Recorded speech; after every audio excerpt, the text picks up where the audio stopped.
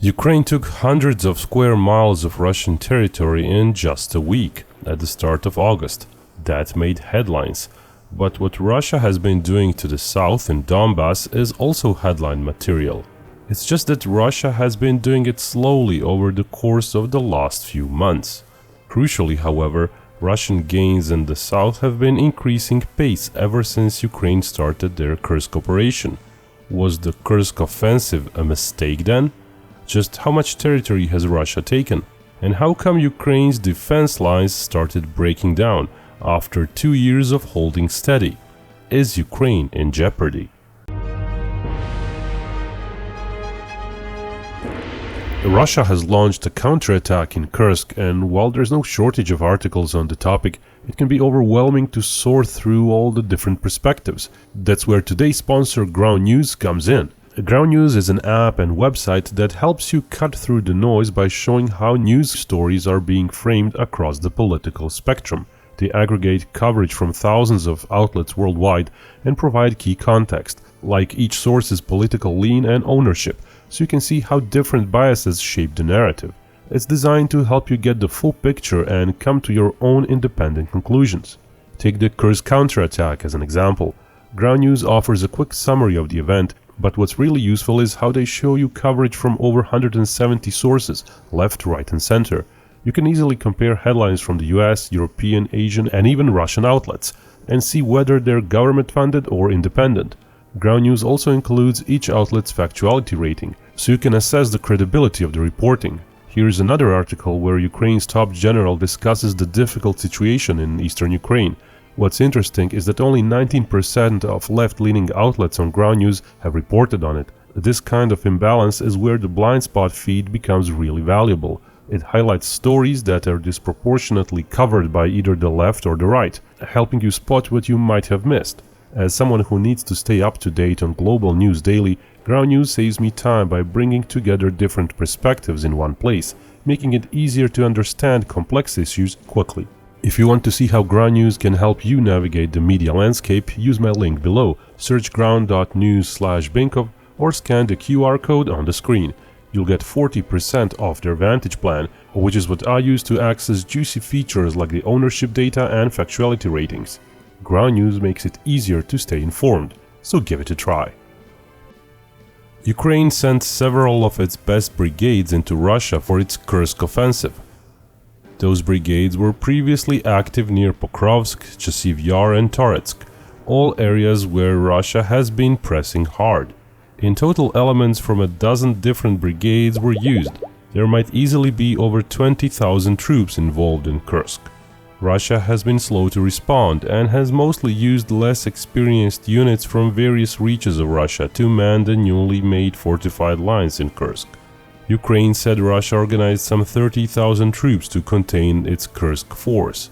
Some are conscripts, which means those units would have not gone into Ukraine. In a way, those represent extra units for Russia. General Syrskyi, the commander-in-chief of Ukraine's military, recently held a conference where he said that one of the main goals of Kursk offensive was to draw Russian forces away from eastern Ukraine. He added that Russia did divert some forces from other sectors, but that in Pokrovsk it's only been increasing its forces. Interestingly, just moments after Syrskyi made his claim about Kursk and Pokrovsk, Zelensky made his in a separate press conference. He said that prior to the Kursk offensive, Russians were advancing faster towards Pokrovsk, and that they have since slowed down. So that's kinda going against what Ukraine's commander-in-chief Syrskyi was saying, and it definitely seems to be going against what the mapping of Russian gains is showing.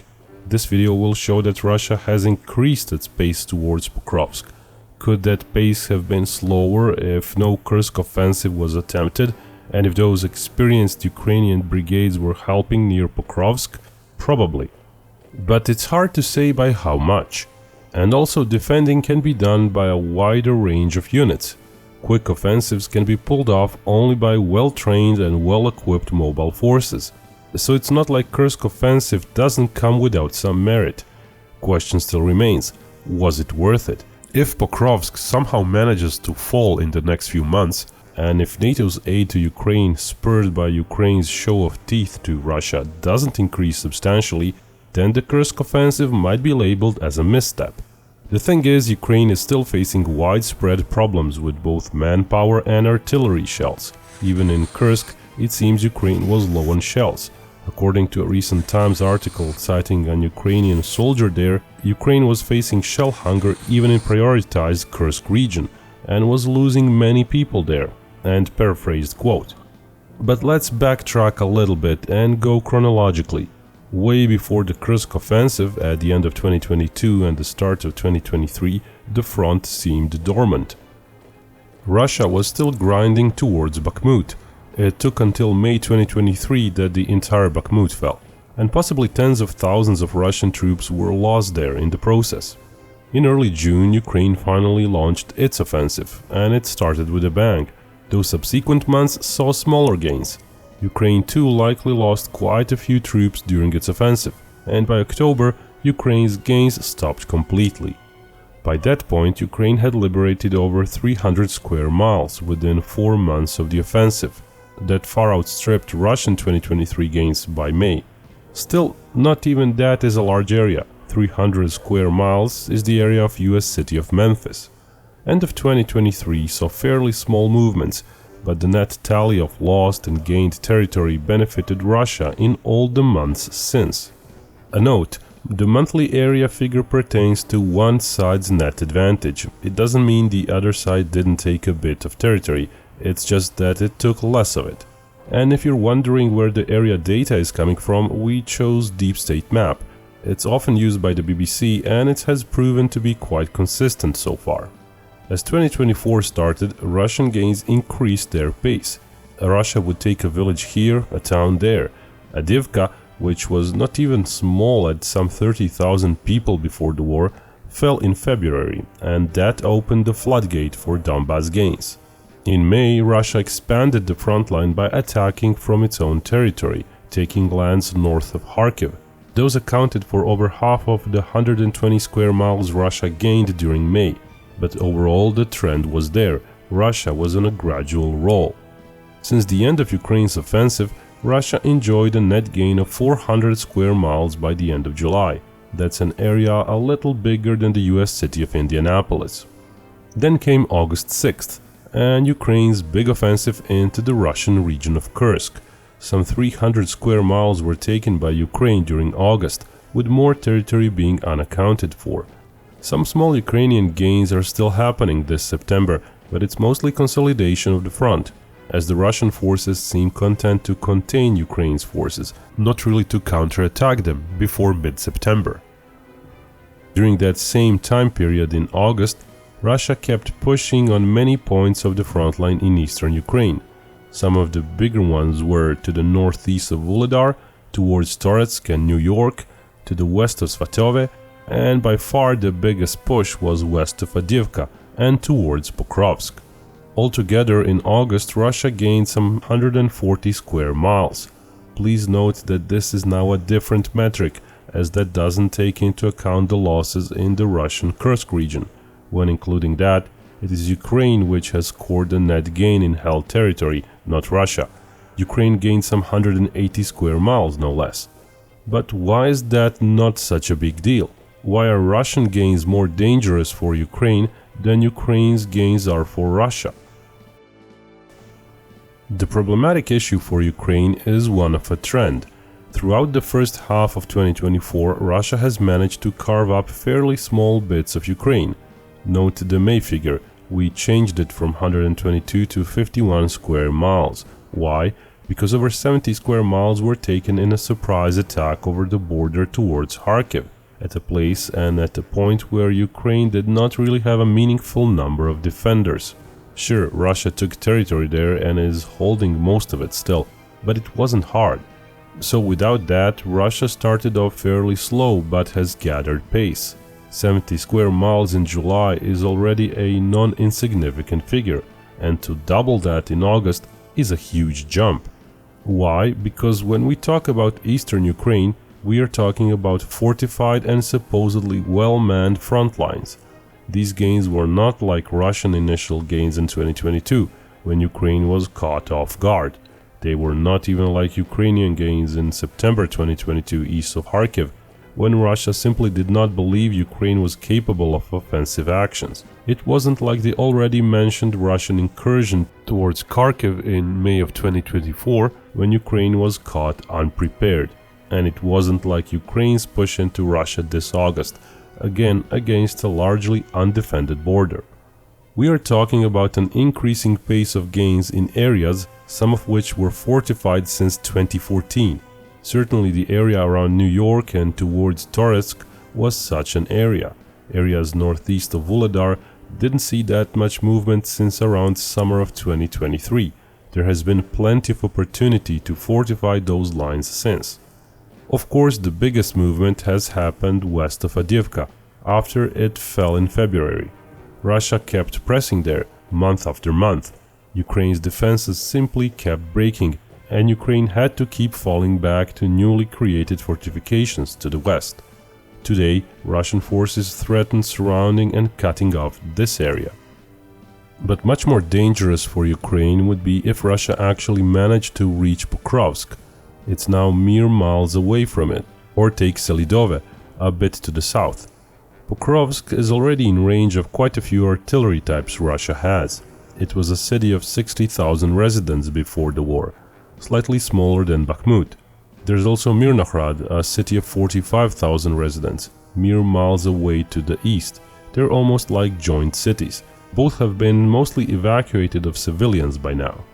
But it's not about the size of cities. The problem for Ukraine is infrastructure and logistics. Pokrovsk is a pretty big railroad hub, with many parallel tracks for handling many cargo trains at once, and it's basically the only railroad route towards the south. Said route continues just west of Selidove. Rail transport is hugely important in wars, and both sides rely on it quite a bit. Those tens of thousands of artillery shells, thousands of gallons of fuel, thousands of pallets of various other supplies, those are the things that make any army tick. Sure, truck-based transport is possible, but it simply can't keep up with rail. It can't bring in as much stuff in a given period of time. Pokrovsk is also a road junction to an extent, but there are some other road options to connect to the south, like to Vuhledar as well. So what's the current situation there? In the words of Zelensky himself, it's extremely difficult. He was echoing the sentiment of General Syrsky, Commander-in-Chief of Ukraine's entire military. Syrsky also said that, quote, fighting between Ukrainian forces and Russian troops in the Pokrovsk sector is exceptionally brutal, end quote. He said that Pokrovsk fights account for a third of the engagements along the entire front in the war. So how did it all go to hell so quickly? A recent Wall Street Journal article said that despite newly sent shells from the US, Ukraine remains low on artillery. In some areas, Ukraine is firing only 10% of the Russian artillery volume. The same article was also suggesting Russian electronic jamming has gotten better against Ukrainian attack drones. That was claimed by a Ukrainian artillery recon unit commander near Pokrovsk. If true, that might be worrying, as first-person view attack drones were focused on by Ukraine precisely because of the lack of artillery. Said commander also suggested their shells are being rationed and they are not allowed to fire at moving targets, as hitting moving targets usually requires several times more tries to land a hit. The commander ended his tirade saying, quote, "The Russians have more everything than us, more people, guns, shells and ammunition. In the end, it makes us withdraw." End quote. The lack of manpower seems like the single most pressing issue though. An Ukrainian army major was quoted saying that positions that were supposed to be manned by 5 or 6 people are now manned by 2 or 3, adding that sometimes cooks, mechanics and similar support personnel have to be deployed in the trenches. A commander of another battalion at Krasnohorivka, a town near Avdiivka, said that in the spring Ukraine had the same number of troops as Russia there, but now Russians outnumber them 5 to 1. And to make it worse, only a fifth of the casualties his unit suffers gets replaced by fresh troops, and even those who come tend to be older. As a result, soldiers stay deployed in trenches longer. Rotations are planned but are often not performed as Russians keep attacking. Examples were given of soldiers staying in a trench for 50 or even 105 days. During most of 2024, Russia has been recruiting 30,000 new troops per month for the war. In 2023, that figure was 45,000. Ukraine was lagging behind during the winter, recruiting 10 to 15,000. But since the new mobilization law came into force, it too matched the Russian figures at 30,000 monthly. Both sides are finding it hard to really keep up the new recruit figures, despite the Kremlin increasing the recruit pay to astronomical sums. New issue is that ever since Ukraine's Kursk offensive, which did raise Ukraine's morale and which may lead to some more troops, Russian recruitments may also be going up. The Kremlin suggested that, but there is no way of proving it. Ukraine hoped to enlist a total of 200,000 more troops by the end of this year. Current Ukrainian recruits are seemingly also not as well trained nor motivated as those in 2023. Currently, the situation is dire. The Economist also recently ran an article on the situation saying that often there are simply not enough Ukrainian troops to hold the lines, or there are not enough fortifications, as Russia has roughly 3 times more engineering units. An officer of one of Ukraine's engineering units was quoted, "Part of the problem is cultural. The general staff simply isn't managing the process and there is no plan," end quote, referring to the fortification construction plan. Some of Western open-source analysts like David Hale are also not offering optimistic takes. He said the Russian Air Force has complete air superiority over eastern Ukraine, and that Russia enjoys a 4-to-1 advantage in troops, artillery and even FPV drones, likely talking about Pokrovsk. Indeed, an example of the fall of Novokhodivka is hard to argue against. It had a population of 14,000 before the war. But as Russia approached Pokrovsk, Novokhodivka was in the way. Despite being fairly big, it fell within less than a week, with much of the town escaping destruction, due to Ukrainian troops simply being forced to quickly retreat from it. Ukrainian military journalist Yuri Botusov, who was previously pretty supportive of Ukraine's war efforts, recently said this about Pokrovsk, quote, "The situation there is no longer critical, it is catastrophic. Despite Zelensky's promise, no decent fortifications were built there. There is a complete loss of control on operational and tactical levels," end quote. But perhaps the most damning summary of the Pokrovsk situation out there was made by Serhiy Sternenko. He's an Ukrainian activist lawyer and a successful YouTuber who was openly supporting Ukraine during the war, organizing FPV drone donations to the army and so on. He recently said all this in a post on X. The Pokrovsk defense is so disorganized that Russians themselves hardly believe their success. The high command is not getting truthful reports from the front. There is poor interaction between brigades and smaller units close by. There is a shortage of troops and their distribution in defensive positions is inadequate. Ukrainian-owned electronic jammers are often interfering with Ukrainian-owned drones. Brigade rotations are disorganized and the enemy is taking advantage of that. And the command is not effectively managing troops. There is no interaction with the troops and information about Ukrainian-owned troop positions is inaccurate or outdated." End quote. Now, it could very well be that the media and various individuals exaggerate issues. Usually people like to exaggerate. There is no way of knowing if all the problems Sternenko listed are really as grave, but failed brigade rotations did really contribute to front losses after Avdiivka fell. In April, Russia broke through near Ocheretnya because of it, and poor brigade coordination again caused further losses near Prorez in July. There's no way of really knowing what sort of price the Russian military is paying for all this success on the battlefield.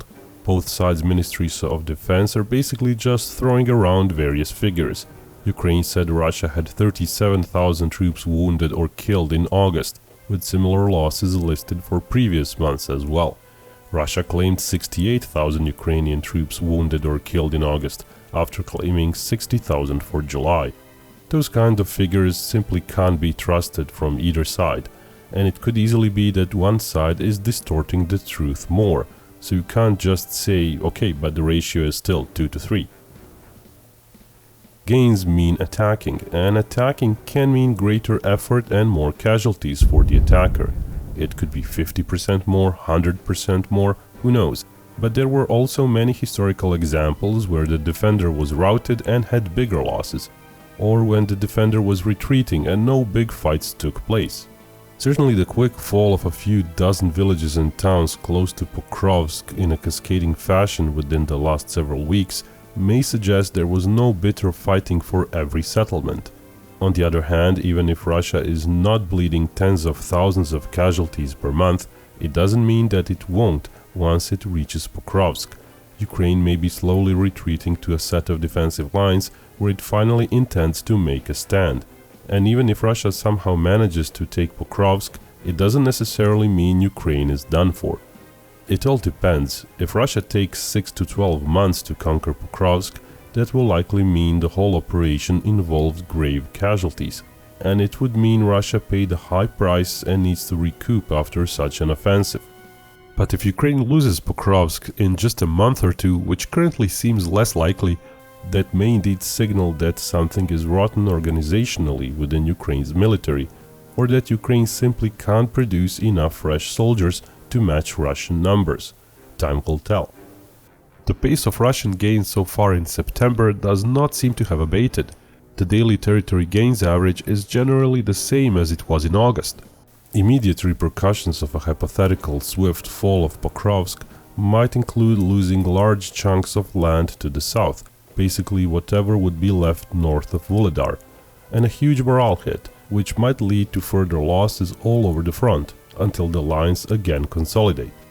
Still, in a way, all these Russian gains in the last year or two are fairly small in the grand scheme of things. At this pace, it might take Russia literally 5 more years until it takes the entire Zaporizhia and Donetsk regions. That would also imply too much fighting, too many casualties, and too much war weariness. But that cuts both sides. Wars are rarely linear. The front line may appear static for a long time, moving little over several years. But once it starts buckling, one side might lose quickly. The German line in World War I was one such example. After 2 years of very little movement, Germany started seeing territory loss at the end of 1916 and early 1917. Then the front once again grew stagnant.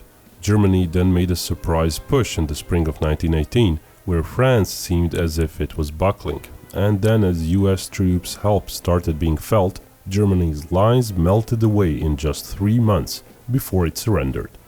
So if history of both the Ukraine war and past wars can teach us anything, is that anything is possible. But given what we are seeing in eastern Ukraine, the trade-off that Ukraine made attacking Kursk may have not been worth it.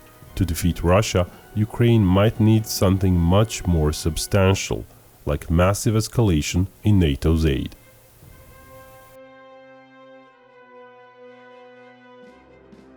And remember, Binkov may talk about war, but only real peace can bring us all together.